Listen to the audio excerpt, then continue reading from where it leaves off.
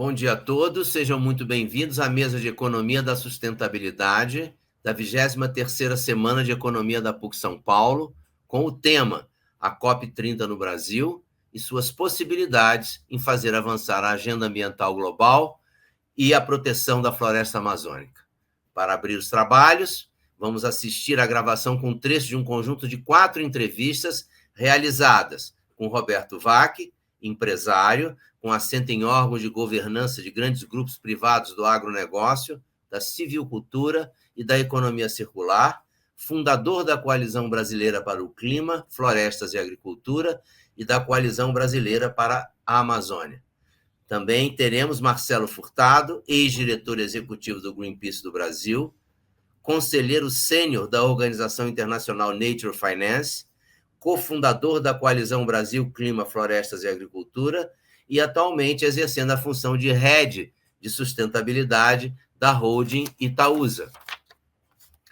Ricardo Abramovay, professor titular do Departamento de Economia da USP e professor sênior do Programa de Ciência Ambiental do Instituto de Energia e Ambiente desta mesma universidade, autor de inúmeros livros sobre o tema da sustentabilidade. E, por fim, Isabela Teixeira, ex-ministra do Meio Ambiente nos governos Luiz Inácio Lula da Silva e Dilma Rousseff, tendo liderado a delegação brasileira nas negociações do Acordo de Paris.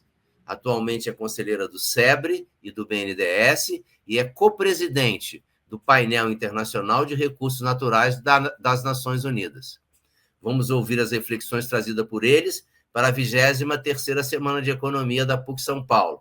As entrevistas estarão disponíveis na íntegra na TV PUC. Na minha forma de ver, a COP é um evento civilizatório.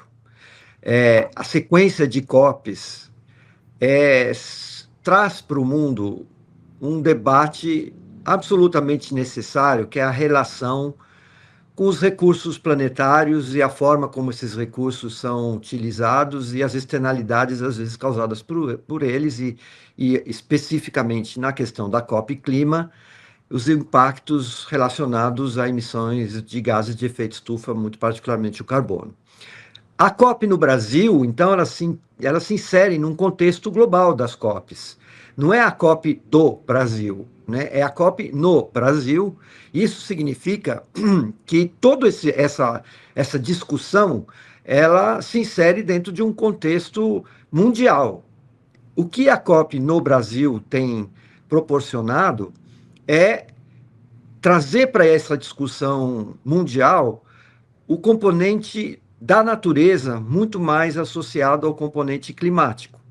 Existe uma conexão muito forte entre o papel que o recurso natural como as florestas tem na manutenção da estabilidade climática, e a COP no Brasil vai dar oportunidade para que esse componente tenha o seu devido peso, sem deixar de levar em consideração o ponto principal, que é efetivamente a redução das emissões derivadas de fossil fuels, né, de combustíveis fósseis. Então, a COP no Brasil, ela adiciona o elemento da natureza ao elemento climático de uma maneira muito mais intensa e, particularmente, a floresta a essa discussão. Talvez a pergunta e a questão mais importante que vale a pena a gente lembrar é que o processo da COP30, formalmente, ele se inicia em novembro de 2025, quando o país assume a presidência de fato da COP30, e vai até novembro de 2026, quando então ele entrega essa presidência ao novo país que assumirá o legado brasileiro. Então, eu trago esse ponto porque é importante a gente lembrar que tudo que a gente falar sobre COP30, nós não estamos falando sobre um evento em Belém do Pará, em novembro, mas nós estamos falando de uma jornada que tem vários eventos que antecedem Belém, vários eventos que acontecem durante o mês de novembro em Belém, e depois a gente tem todo um ano de implementação para, então, formar esse legado da COP30. E importante lembrar que uma organização, um evento como esse da COP30, ele normalmente tem 3 linhas de engajamento. A primeira, que é a mais conhecida, é a linha de negociação, que normalmente é feita pelos países e seus representantes e os órgãos do Sistema das Nações Unidas. O segundo trilho de engajamento é o trilho da mobilização, que é o trilho em que a gente garante que todos os atores relevantes, pertinentes, que devem fazer parte desse diálogo, estão engajados no diálogo. E o terceiro é o eixo de ação e implementação, que, uma vez que você já discutiu as coisas, uma vez que você já consensuou essas coisas com os distintos envolvidos e interessados, agora você implementa. Nós estamos num momento do mundo geopolítico em que eu acho que não está fácil você construir novos acordos. Eu acho que o processo de negociação vai ser um processo muito difícil, a ausência dos Estados Unidos, retrocessos acontecendo, estamos no meio ainda de guerras, crise econômica, crise humanitária. Então, acho que o processo de negociação é um processo que vai ser muito árduo e, portanto, não acho que é deste trilho que sairão os principais resultados da COP30. O eixo de mobilização é um eixo já muito desenvolvido no contexto do Acordo Climático Global. Eu acho que a gente já tem, como uma grande vitória, inclusive, da própria liderança brasileira nesse processo, garantir o engajamento do setor privado, da academia, da sociedade, das comunidades quilombolas, comunidades indígenas, ou seja, essa ampla representação, jovens, eu acho que já está bastante solidificado. Talvez o eixo que precise de mais atenção e talvez o eixo que existe a maior cobrança por parte da sociedade seja exatamente o eixo da ação e da implementação. E esse tem sido também o eixo que a gente escuta mais intervenção por parte da própria presidência da COP30, demandando que a gente faça um esforço de falar menos e fazer mais. E aí tem um convite à sociedade para que ela se engaje com a agenda de ação e implementação. E, nesse sentido, nós estamos muito envolvidos com esse eixo. A reputação das COPs não anda lá muito alta. Afinal, elas se reúnem há 30 anos e, na verdade, a sensação que a gente tem é que não se resolvem as principais questões. Um exemplo.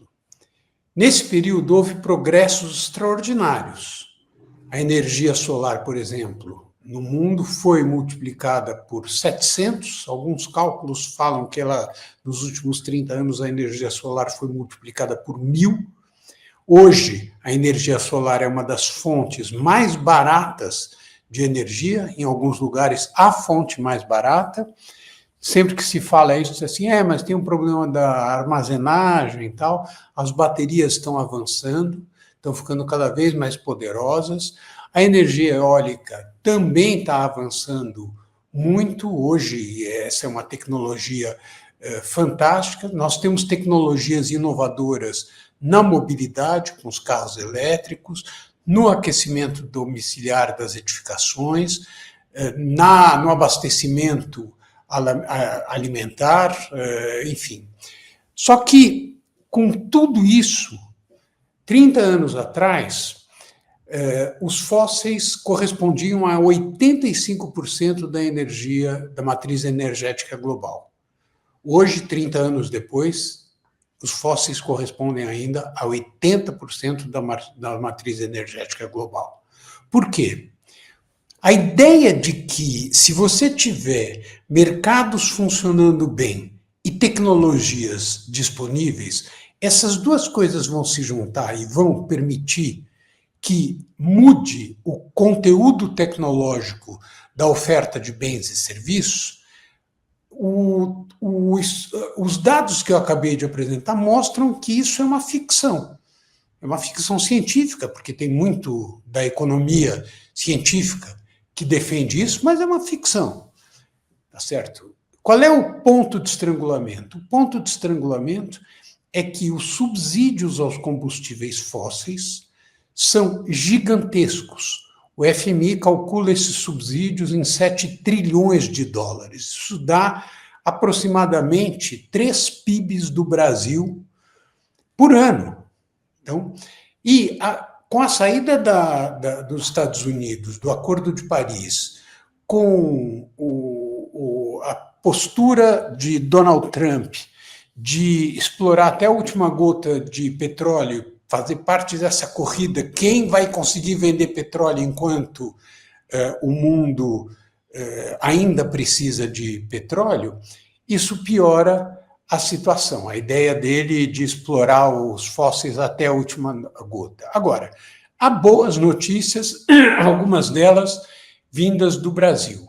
A primeira delas, desculpe, é que, embora Donald Trump, não só com as tarifas, mas com a postura geral, esteja fazendo todo o possível para sabotar uma das conquistas democráticas mais importantes do pós-guerra, depois da Segunda Guerra Mundial, que é o multilateralismo, e a natureza democrática do multilateralismo, apesar da sabotagem do Trump, o multilateralismo não morreu. Acho que isso é importante dizer. O Brasil, por exemplo, está defendendo de maneira ferrenha o multilateralismo, e essa defesa tem sucesso. Nós estamos passando por uma reconfiguração da geopolítica global, em que os países do Sul passam a ter uma participação, uma influência grande nas questões internacionais. Então, isso é um fator muito importante. Segundo fator importante, nós temos uma redução do desmatamento no Brasil. O desmatamento no Brasil ainda é muito alto. Isso é incompatível com um país civilizado, mas ainda é muito alto, apesar de ter caído pela metade por iniciativa do atual governo e pelo trabalho que vem fazendo a equipe de Marina Silva. O Brasil tem uma diplomacia de alta competência reconhecida internacionalmente e que teve influência muito forte nas negociações climáticas desde o início. Então, agora, por exemplo, com o programa de florestas tropicais para sempre, o TFFF, onde o Brasil já investiu 1 bilhão e está chamando investimento de outros países, isso também é alguma coisa importante. E nós temos também a formação de clubes de países que vão definir regras internas entre os países participantes desse clube com relação à taxação das emissões de carbono, o que força a que os países se empenhem na redução das emissões. A União Europeia está fortemente empenhada nisso, o Brasil também está fortemente empenhado nisso, ou seja, as atitudes fanáticas de Donald Trump não estão impedindo que outros países se mobilizem para que o multilateralismo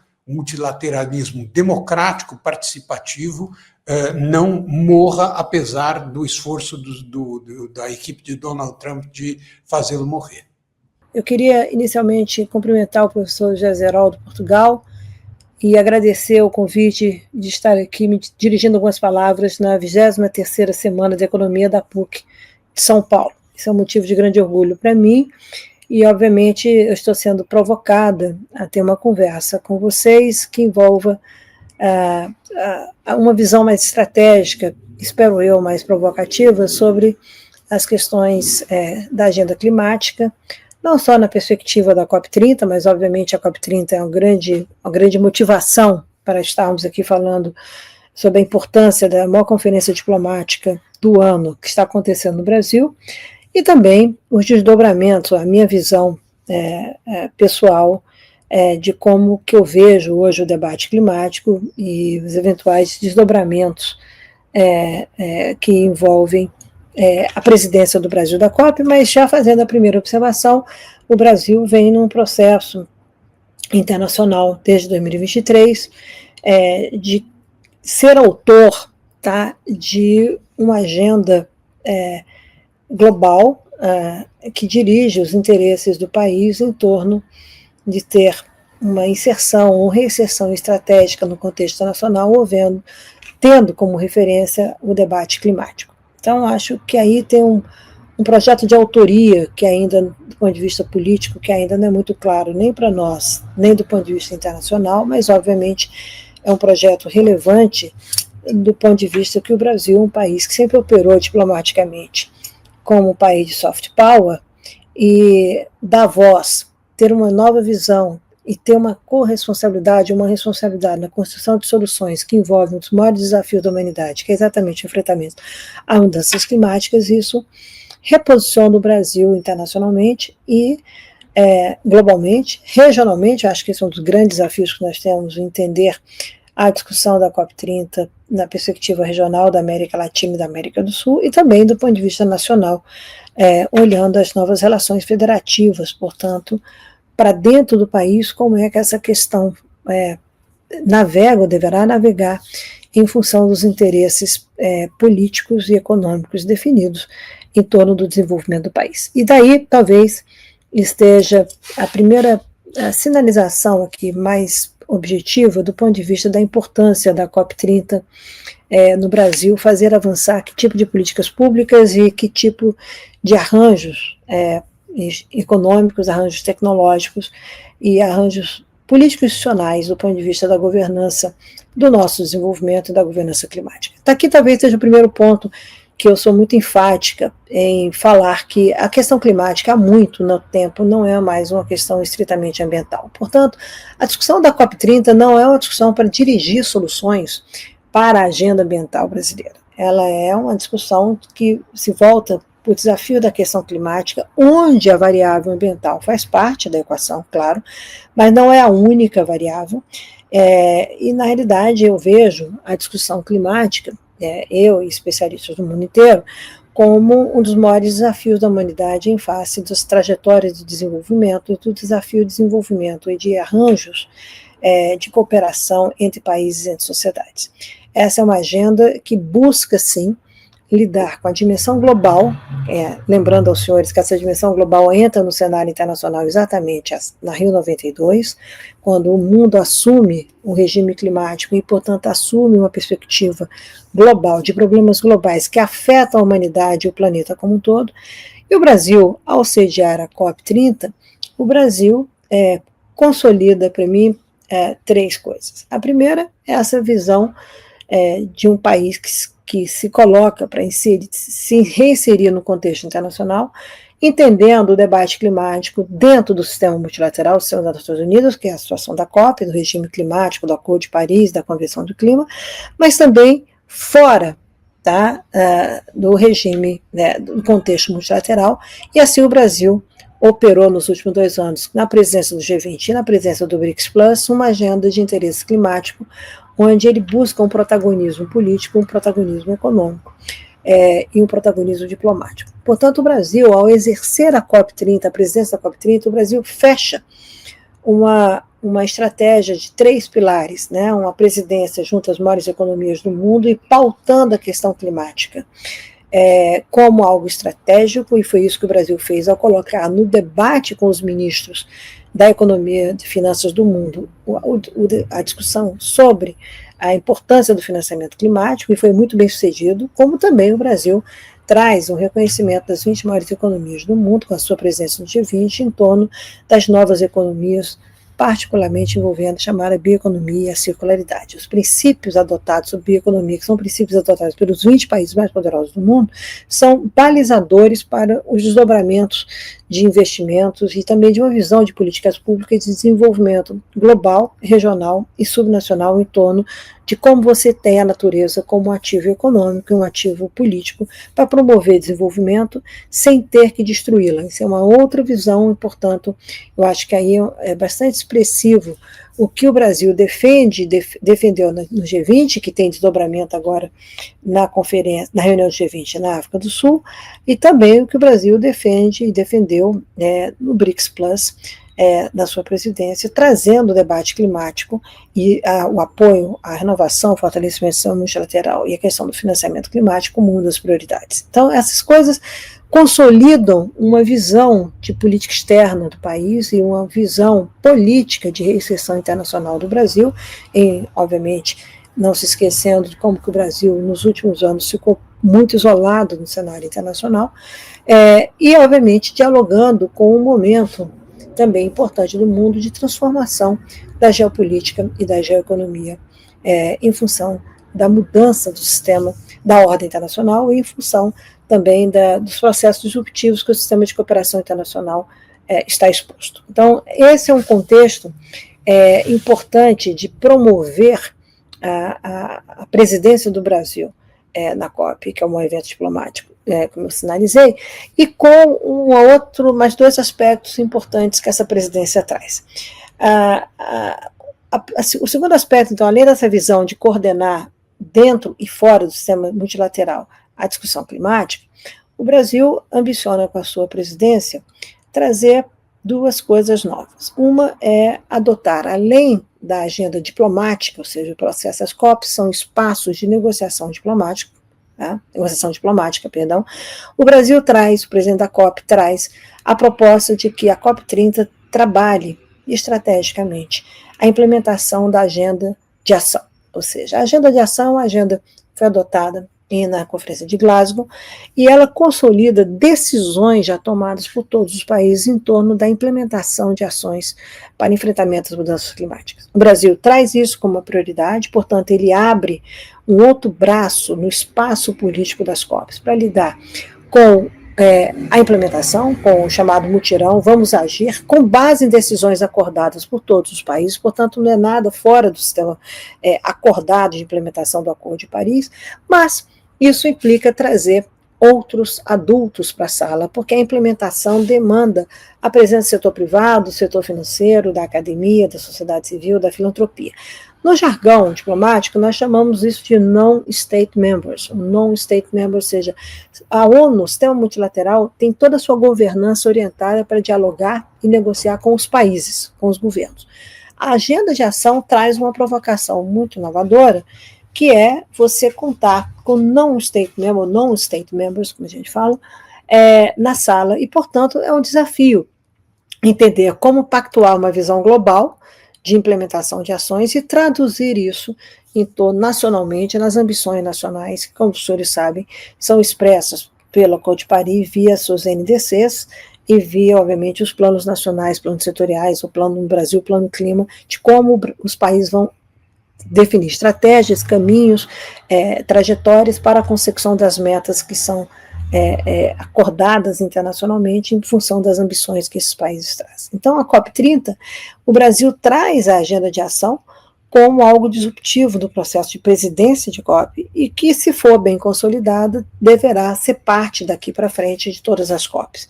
E a terceira questão que eu quero destacar é que as soluções climáticas, elas estão acordadas em torno de dois grandes eixos: a eletrificação da economia global, dos meios de transporte, da produção, etc., por exemplo, a mineração, a eletrificação da mineração, tudo vai ser elétrico. E o outro é a descarbonização das cadeias de valor, das cadeias de suprimentos no mundo.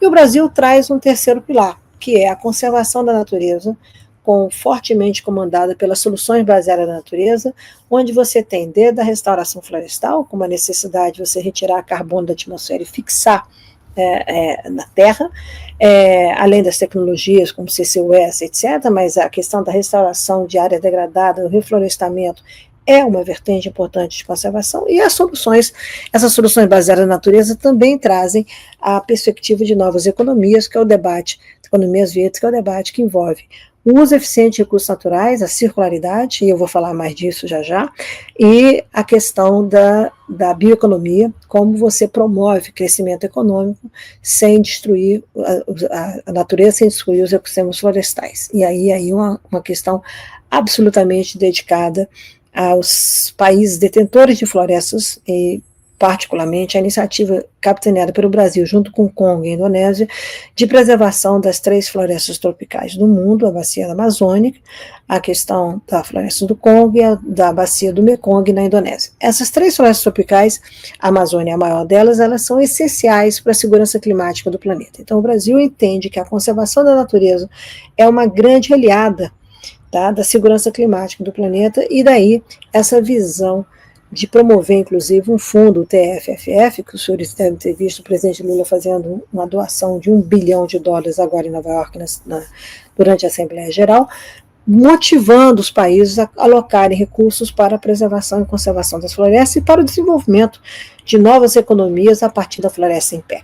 Essa é uma visão que o Brasil traz na COP30, e é uma visão que está muito bem recepcionada internacionalmente, de tudo que eu ouço, também porque o seu processo de agregação de valor não é só pela questão de inovação e tecnologia, pelo setor econômico, pelos novos modelos de negócio, mas pelo engajamento dos povos tradicionais, dos povos originários, e, portanto, permitindo um espectro mais amplo de atores que estariam sendo corresponsáveis pela implementação de ações e a consecução de resultados concretos em torno do enfrentamento às mudanças climáticas. Acho que esse é talvez o grande legado do Brasil, de ter a ousadia de ter a natureza como grande aliada na construção de soluções climáticas, por outro lado, ter a ousadia de não ficar circunscrito aos países, aos governos, e trazer para as salas de negociação, para as salas de pactuação, de definição de agendas que vão acelerar a implementação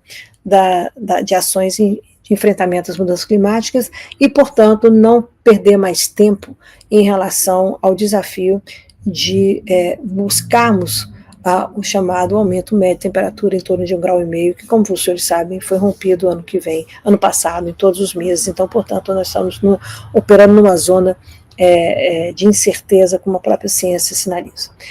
Esse contexto ele é extremamente importante, porque a comunidade científica, na sua maioria, já acordou que o cenário de aquecimento médio de 1,5 graus é o cenário mais seguro para manter os processos ecológicos do planeta e para lidar com aquilo que é o grande desafio, produção de vida no planeta. Né? Nós somos uma espécie que estamos interdependentes de todo esse ecossistema planetário e enfrentamos, sim, lidamos hoje com os chamados tipping points em várias dessas fronteiras, não só na questão da Amazônia. O Brasil está exposto somente na questão da Amazônia, na questão de oceanos, bem, tem uma série, questão dos corais, uma série de rupturas dos chamados processos ecológicos que geram vida no planeta, e esse é um assunto extremamente sensível que, pela primeira vez, o relatório do IPCC deve abordar, tratar das questões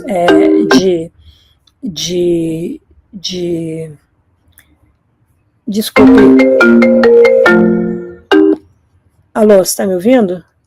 Oi, desculpe, é que entrou aqui uma chamada.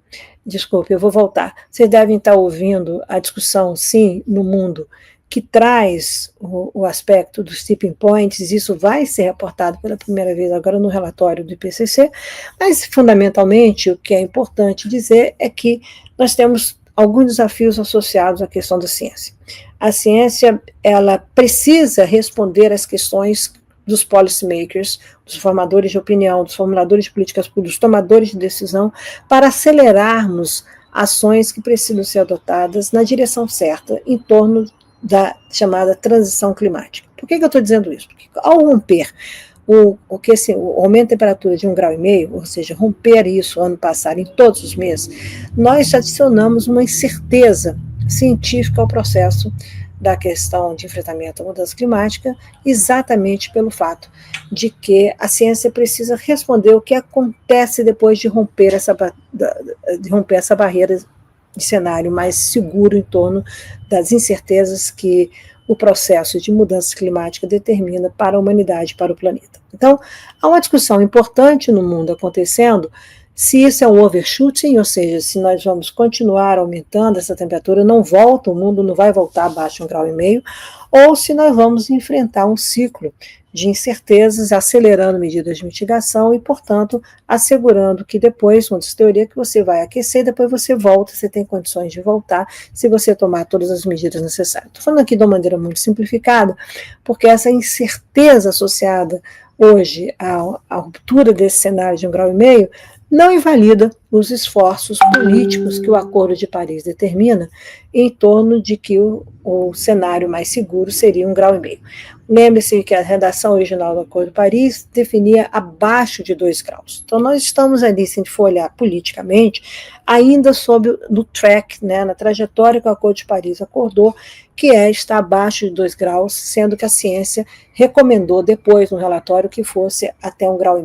Então, nós temos aí uma discussão importante que vai requerer conhecimento científico, vai requerer uma sofisticação dos modelos climáticos para entendermos como que nós vamos lidar com essa transição climática, e o sinal mais claro de que nós estamos num processo de transição é exatamente o aumento da frequência e de magnitude dos eventos extremos climáticos no mundo. O Brasil exposto a isso, como os outros países do mundo estão expostos às secas, às inundações, a incêndios florestais, às queimadas, e isso tende a agravar, tá, segundo alguns cenários científicos. Então, há uma discussão extremamente importante de favorecer a ação, mas a ação tem que ser dirigida em torno daquilo que for mais crítico.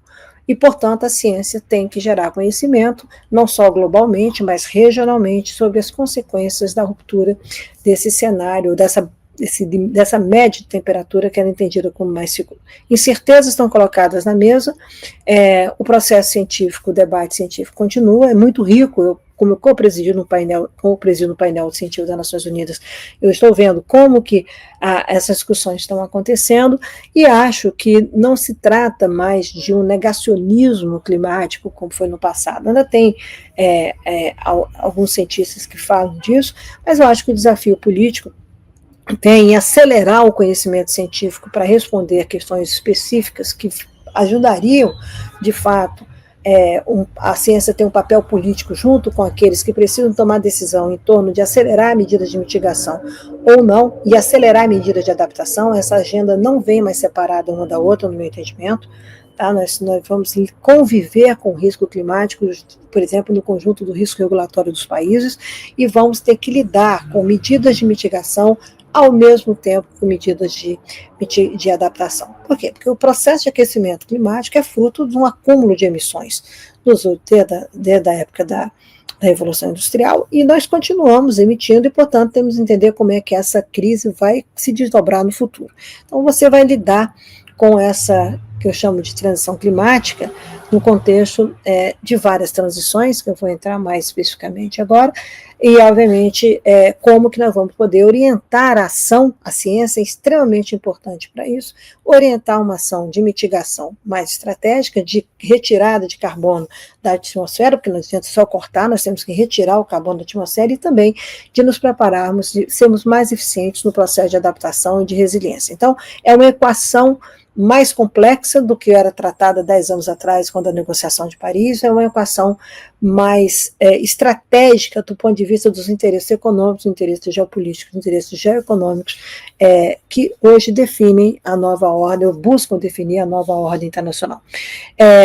Quer dizer, importante também nesse processo, entender os mecanismos de trade-offs, os mecanismos de curto prazo, os mecanismos de longo prazo.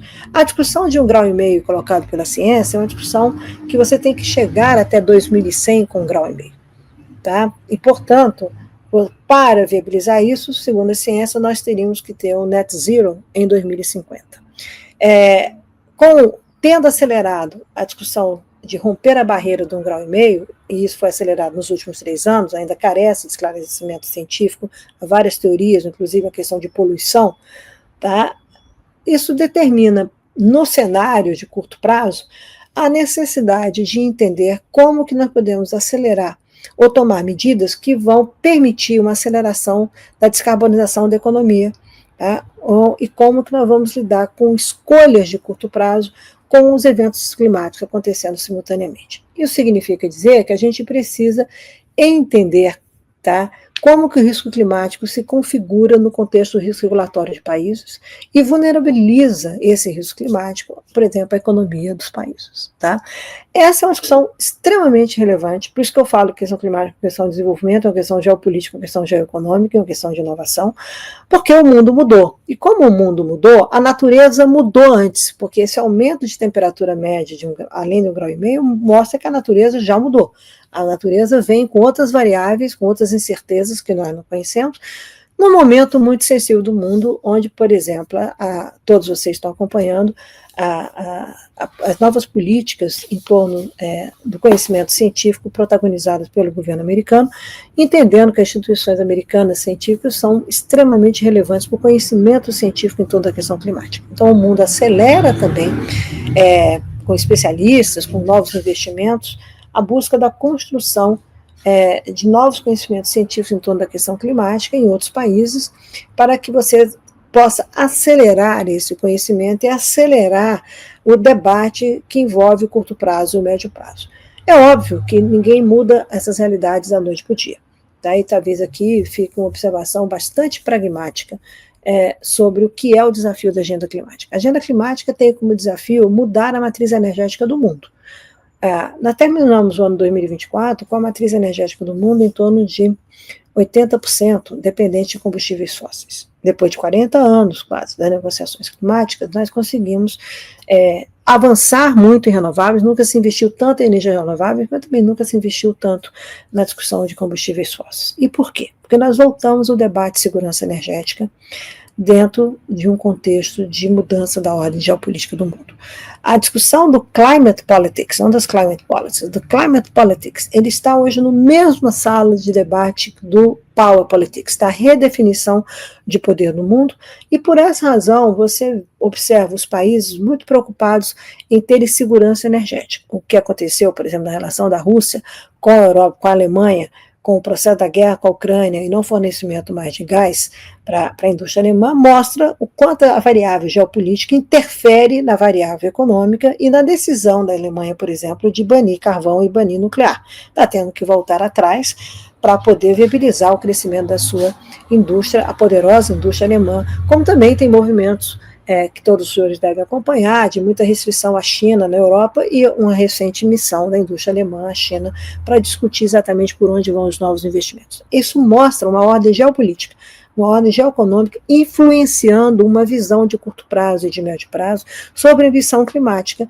e sobre descarbonização da economia global. Nós estamos falando, então, de uma agenda onde a economia, onde a discussão da inovação e tecnologia, onde a questão política ou geopolítica estão na sala, além da ciência, além dos interesses que envolvem desigualdades sociais e as desigualdades ambientais associadas ao processo disruptivo que as mudanças climáticas podem provocar.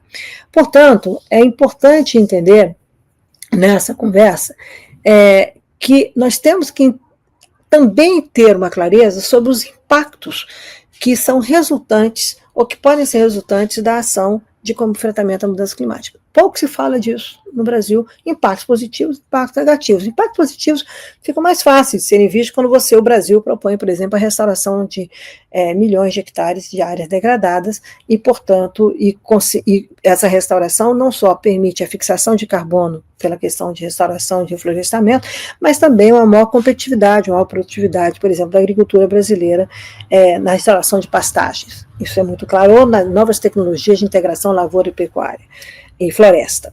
Então, nós temos dinamismo desse chamado nature positive, ou agricultura regenerativa, vindo como algo positivo, mas também temos que lembrar que as soluções climáticas todas passam por uso de recursos naturais e novos materiais, e particularmente quem está dirigindo essa agenda hoje são chamados minerais críticos e minerais estratégicos.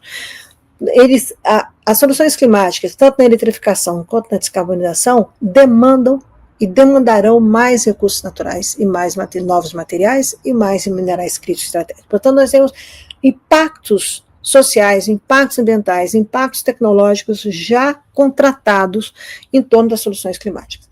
Todas essas soluções, os especialistas e economistas falam que tendem a ser inflacionárias, essas soluções são intensivas em uso de recursos naturais e, portanto, isso vai demandar uma nova visão de mundo, que países detêm essas riquezas, como é que esses países vão jogar o jogo dessa nova economia que dialoga com essa nova realidade geopolítica.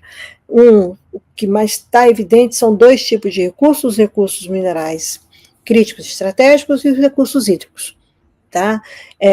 Quem detém essas riquezas são países que se candidatam, sim, a serem novos atores na economia global do mundo. Quer por um lado mais conservador, que eu sou radicalmente contra, que seria o neoextrativismo, o neocolonialismo, tem várias correntes das novas economias do mundo discutindo isso, ou quer de uma nova organização da ordem internacional, supostamente indo para a multipolaridade, onde esses países, particularmente são economias emergentes, países como Brasil, Índia, Indonésia, China, outros países importantes como Canadá, Austrália, África do Sul, Congo, países que detêm recursos minerais, países que detêm recursos naturais, que viriam e deverão vir para o cenário internacional com outro papel em função, ou poderão vir em função das soluções climáticas. Ora, se isso se coloca dessa maneira, nós não temos só mais na questão climática a transição energética, né? Sair dos combustíveis fósseis. Eu mostrei aqui a dependência, e eu falo que nós temos vivendo nos últimos anos uma energy addition, não uma energy transition, ou sob o guarda-chuva da transição energética. Nós estamos vivendo um momento de adicionar fontes de energia por conta do crescimento de demanda populacional e crescimento de demanda de energia em função desde a questão digital tecnológica até a discussão sobre a indústria de guerras, tá? É fato que essa construção de uma transição energética, ela também remete a, possivelmente, o que eu estou discutindo internacionalmente, uma transição sobre o uso de recursos naturais. Então, o Land Resource Transition ou Resource Security. Falo isso para vocês porque eu acabei de voltar da Europa, eu tenho ido, nos últimos 4, 5 meses, eu tenho vivido essa agenda, eu tenho provocado esse debate, eu falei com o presidente da COP, o Brasil deverá discutir isso durante a COP, mas como que deter riqueza natural passará a ser um ativo estratégico, econômico, geopolítico para países que vão ser, com isso, responsáveis pelas soluções climáticas. Ou seja, não é só deter tecnologia, mas se você não detiver a natureza, você vai gerar novas dependências entre países, e é isso que está posto na sala. Quer dizer, você, para produzir placas solares, para energia solar, você precisa de minerais críticos, você precisa de materiais, novos materiais, você precisa de tecnologia. Onde quem fornece isso, essas novas relações de dependência vão acontecer, e de interdependência, e obviamente isso está no jogo geopolítico, no jogo geoeconômico, que a questão climática acaba por determinar nas salas de negociação, ou na visão de negociação do chamado power politics, ou do poder político do mundo. É isso que, na realidade, traz também o setor privado com uma grande, o mundo corporativo com uma grande responsabilidade. O setor privado, com o desmanto, o derretimento das instituições multilaterais, quando vai discutir comércio, ele, na realidade, ele é um ator político.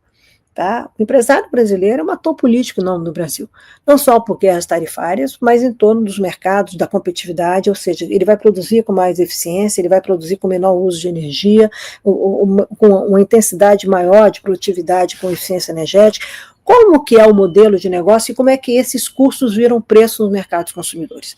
É uma nova dinâmica, no mundo onde as regras não mais interessam, no mundo onde a verdade também não interessam, e que sofre de uma profunda crise de credibilidade ou de falta de credibilidade, de confiança entre parceiros, no mundo que vai operar via like-minded blocks, portanto, com convergência de interesses e não com consensos globais, no mundo em que eu também aposto um mundo que vai ter que viver com as incertezas que a natureza vai provocar à economia global e às nossas vidas, nosso estilo de vida. Nós não teremos recursos naturais para dar conta de, por exemplo, o uso de recursos naturais numa perspectiva por exemplo, de países desenvolvidos que têm uma pegada de recursos naturais 10 vezes superior a de um país pobre, um país de baixa renda. Isso é insustentável sob todas as perspectivas e agora também sob os interesses geopolíticos, sob os interesses geoeconômicos.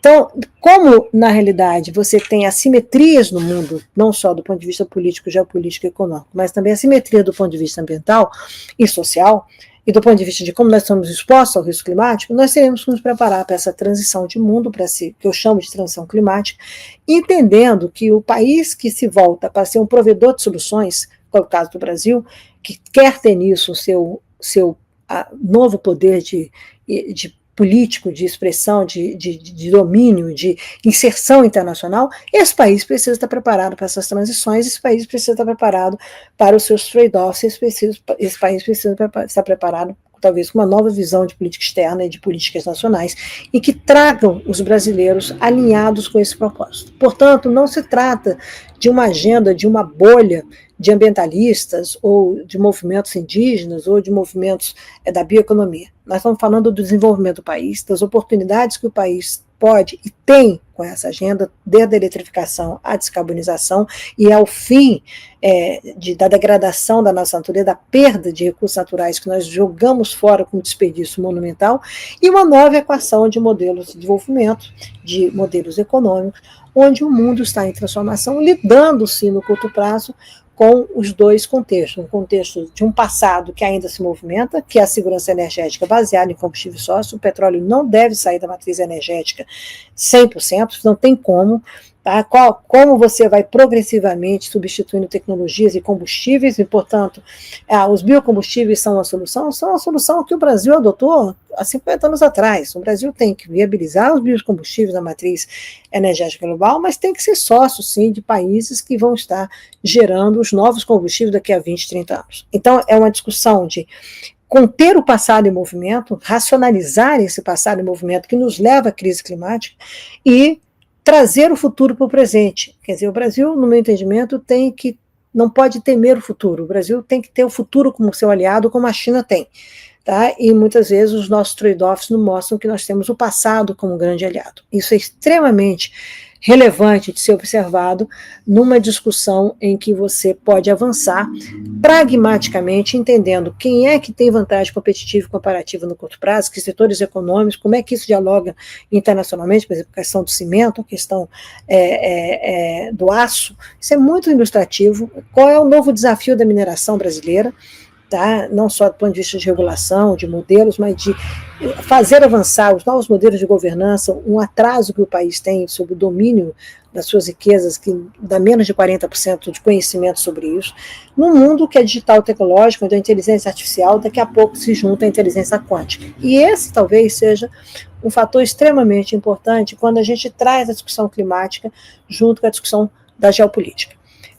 Nós teremos, como há limites de acessar coisas, de disponibilidade de coisas, de recursos naturais, de materiais, de tecnologia, nós temos que entender que as soluções climáticas vão disputar espaço com a indústria da defesa e a indústria digital tecnológica, que são altamente intensivas em recursos materiais, recursos naturais e em termos de minerais críticos e estratégicos. Essa visão de um país que precisa se desenvolver, tá? Que precisa de dinheiro para se desenvolver, e que precisa, além do desenvolvimento, reduzir suas desigualdades e vulnerabilidades, é a visão que a era climática, junto com a era digital tecnológica e com a era chamada BioAge, impõe para o Brasil, trazem para o Brasil, e, portanto, não é uma discussão de pequenas bolhas ou de pequenos clusters, é uma discussão muito mais estratégica do que eu vejo hoje o debate no Brasil. O engajamento do setor privado, do setor financeiro, o engajamento de populações tradicionais, tudo isso é relevante, tá? Para uma visão de um país que quer promover seu desenvolvimento, entendendo-se como um país menos vulnerável no futuro.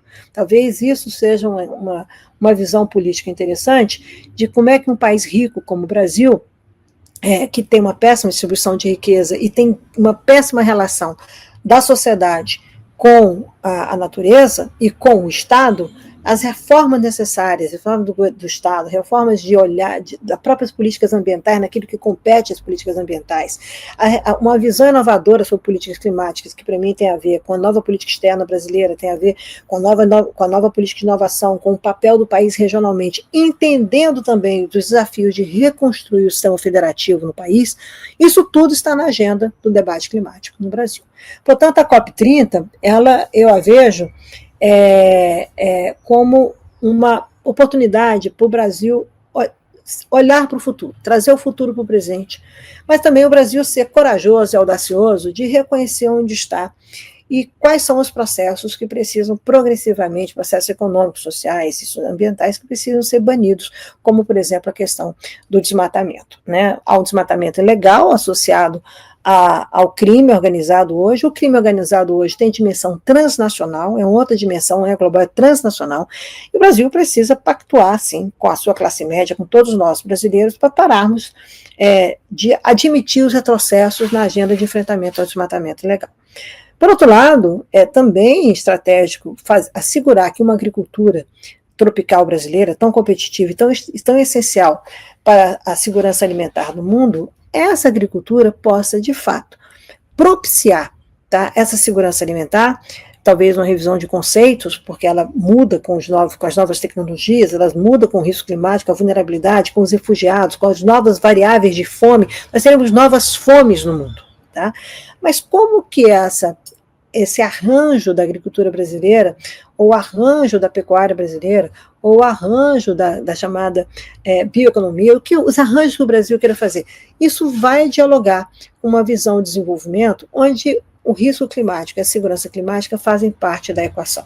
Portanto, não tem greenwashing, né? O washing já não deve ter, não tem greenwashing em torno da questão do desmatamento. Tá? Mas eu acho que tem um debate super estratégico de que nós temos que parar de desmatar.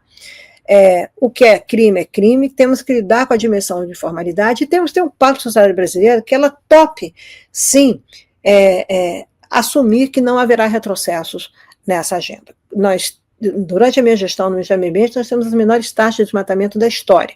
Quando nós fizemos o Acordo de Paris, as emissões de desmatamento eram 15% da economia das emissões brasileiras. Nós voltamos a ter cerca de 50%, agora está reduzindo, mas isso é incabível. Nenhum país do mundo tem a discussão da economia de carbono orientada pelo carbono não econômico, que é o carbono ilegal. O Brasil precisa sair disso. O Brasil precisa resolver isso, ele tem que fazer um grande pacto com a sua sociedade, como o Brasil tem que estabelecer novas relações mais eficientes entre a sociedade e o Estado brasileiro, não só pela reforma administrativa, mas pela maneira de abordar e gerar essas novas relações políticas entre um Estado mais eficiente e uma sociedade que se compromete a dar prosseguimento, evitando retrocesso nas políticas públicas que são transformadoras de qualidade de vida e de segurança ambiental e climática. Então, eu acho que esse debate é um debate extremamente rico, é um debate extremamente importante, na minha opinião, e isso, para mim, é o que está em jogo hoje, com o Brasil sediando a COP, mas fechando um ciclo de 3 anos de liderança, né, 2023 a 2025, de liderança global, com expectativa de um papel mais estratégico, como eu falo, é autor de que agenda no mundo? O Brasil é autor de quê? Tá? Olhando a discussão de ser um país que mais produz vida no planeta, que detém as riquezas naturais que detém, mas também desperdiça tremendamente e que ainda oferece, ainda convive com índices de desenvolvimento humano e com desigualdades sociais extremamente acentuadas. Né? Devemos entender que com a questão climática virão as desigualdades ambientais, virão as novas desigualdades tecnológicas. Como é que nós estamos vendo esse futuro que se insinua e, obviamente, como é que nós podemos, de fato, tratar disso de uma maneira mais inovadora, tratar disso de uma maneira pactuada, sem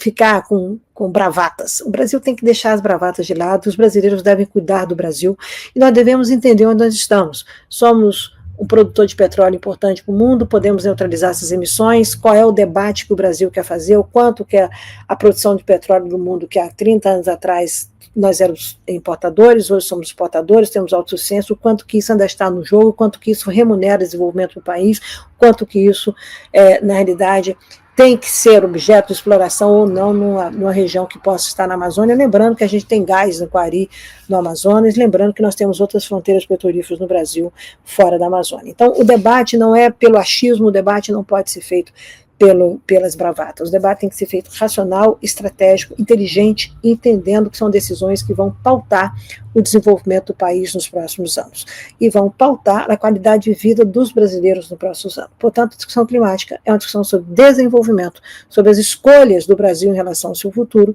e, de novo, não é um país do futuro, é um país melhor no futuro, um país menos vulnerável no futuro, que, portanto, tem que ter o futuro como aliado e não o passado. O passado nos traz até aqui, com honras e glórias e com problemas, ele não, no meu entendimento, transição significa também deixar de ter um passado em movimento, começar progressivamente a fazer escolhas sobre o futuro e sustentá-las, tá? Banir o que é ilegal, banir essas incertezas que definem os modelos econômicos de desenvolvimento do Brasil e tecnológico, apostar nas novas gerações e oferecer, assim, um país com as novas linguagens, com os novos caminhos, onde a questão climática não pode ser vista como uma tragédia, tem que ser vista como, a narrativa tem que ser vista como, sim, somos vulneráveis como o resto dos países do mundo, mas temos condições de ter uma trajetória nova, uma trajetória que possa ser inclusiva, sustentável, tendo a natureza como uma grande aliada. Então o Brasil tem que parar de falar mal do Brasil, o brasileiro tem que cuidar do Brasil, o Brasil tem que entender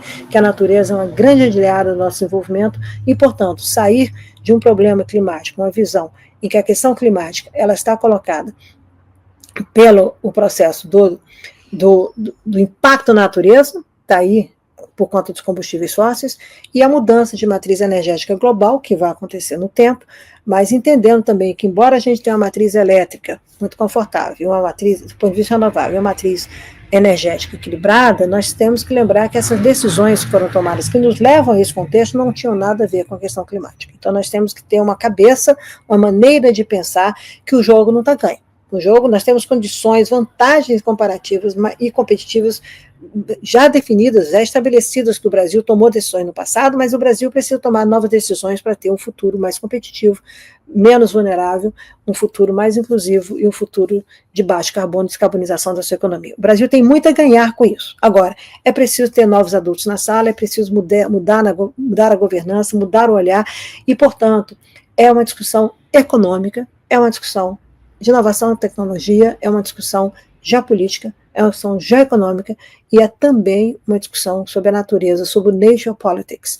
Tá? Isso vai determinar a revisão de políticas públicas, vai determinar a revisão das governanças no país. Isso tudo tem que mudar. Se a gente quiser ser um país de fato, ambicionarmos sermos um país menos vulnerável à questão climática e um país cuja economia se orienta pela descarbonização, tá? E pela inclusão social e pela inclusão da natureza como um grande ativo político do nosso desenvolvimento. Então, essa é uma visão que eu defendo, é isso que nós vamos ver na discussão, não só em Belém, e faço aqui um apelo a todos, dizendo que, embora a COP seja na Amazônia, pode ser no Brasil, mas isso eu quero dizer, a COP30 também é aqui. Então, que todos vocês que não vão estar na Amazônia, que não vão estar em Belém, possam estar promovendo debates durante a COP30, mostrando o engajamento e a responsabilidade nossa do Brasil com o nosso futuro. Isso significa que onde nós estivermos discutindo a questão climática e o mundo esteja discutindo a questão climática, nós possamos ser uma voz, sim, que protegemos a democracia e protegemos os nossos interesses das gerações do presente e das gerações do futuro. É preciso trazer uma nova visão da questão climática depois da Rio 92, depois de quase 40 anos, é preciso trazer a contemporaneidade para a discussão climática depois de 10 anos do Acordo de Paris. Acho que o Brasil tem uma grande responsabilidade sobre isso, como eu falei, é autor de quê? Mas isso passa pela autoria dos brasileiros. Portanto, é uma agenda dos brasileiros, dessa agenda bronzeada, mostrar o seu valor. Conto com vocês se engajando, discutindo do ponto de vista econômico, do ponto de vista pragmático e racional, de que é importante mudar, como dar-se-á essa mudança e com base em quê, e com quem nós faremos essa mudança. Isso é o novo contexto de inserção do país no mundo, isso é o novo contexto da agenda de desenvolvimento num país que vai ter que lidar, sim, com a questão climática, mas como é um país detentor de natureza, tendo a natureza como grande aliado, e mais do que isso, um aspecto de fortalecimento da sua democracia. Muito obrigada a vocês. Tudo de bom.